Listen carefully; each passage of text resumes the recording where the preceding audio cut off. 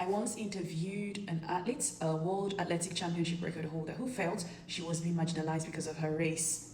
And it got me thinking, do black athletes really face more scrutiny than their white contemporaries? Hello everyone, I'm Jim Francis Weze, and this is my final assignment in the Master of Science in Sports Administration program at St. Thomas University. And I'll be quoting the work of an authority, a professional, and someone who has wrote a lot about sociology in sports. Now, according to Coakley 2021, sports is more than a game. Sports is often shaped by the society, the power play in the society, the value system of the society, the culture of the society, and all of this tends to reflect or show itself in how the sports is structured, which includes race and racism issues.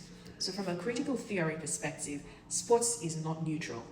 Remember, there is the power play in sports, where people who have the power are trying to hold on to it, and in so doing, subduing the ones who would want to come up and take the power from them. So in this game of holding on to power, controlling power, and subduing people who do not have power, critical theory gets us to ask the question, who is benefiting from the system and who is being marginalized?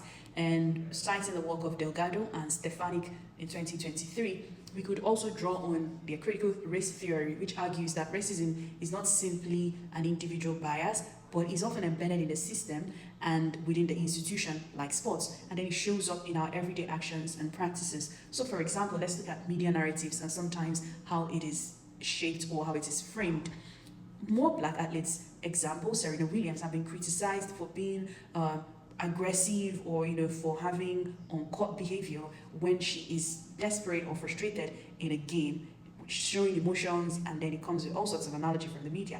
But then we've had her contemporaries, or at least white tennis players, who showed similar emotions, like maybe John McEnroe, Jimmy Connor, and even Andy Murray. He's not American though, but he's the white. And then it's often framed as being competitive or being passionate. So this reflects what scholars like Combs and Casillo 2020 described as radicalized double standards in sports media. And then we see it every day. Moving from the sports media, let's look at the organizations, the governing bodies, and the regulation. And the story or the case of Caster Semenya is critical. It quickly comes to mind. Now, she's a woman with a difference in sex development. Specifically, she had 5-alpha reductase deficiency, which included internal testes, no uterus, XY chromosomes, and the regulations governing testosterone levels refused or denied her to ask her to stop competing with women born as women. But transgender women were allowed to compete against women even in the Olympics, and it raises the question, is it because transgender are mostly white?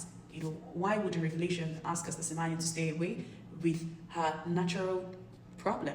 But people who were men and became transgender were allowed to compete with women born as women. So it kind of suggests that our black athletes really facing more scrutiny than the whites.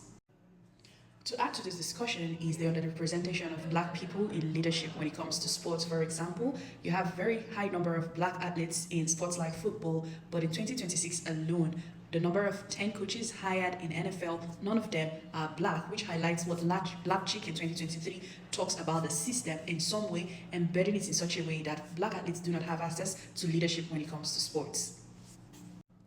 Because sports is a reflection of what happens in society, when athletes like LeBron James speak out or use their platforms to challenge the racial injustices or the system, demonstrating that sports actually have power to disrupt what is happening or bringing a change in the society, it shouldn't be considered as them diluting the sports, which is all about entertainment, but it should be taken seriously because they're using the platform to speak up on what is happening in the society.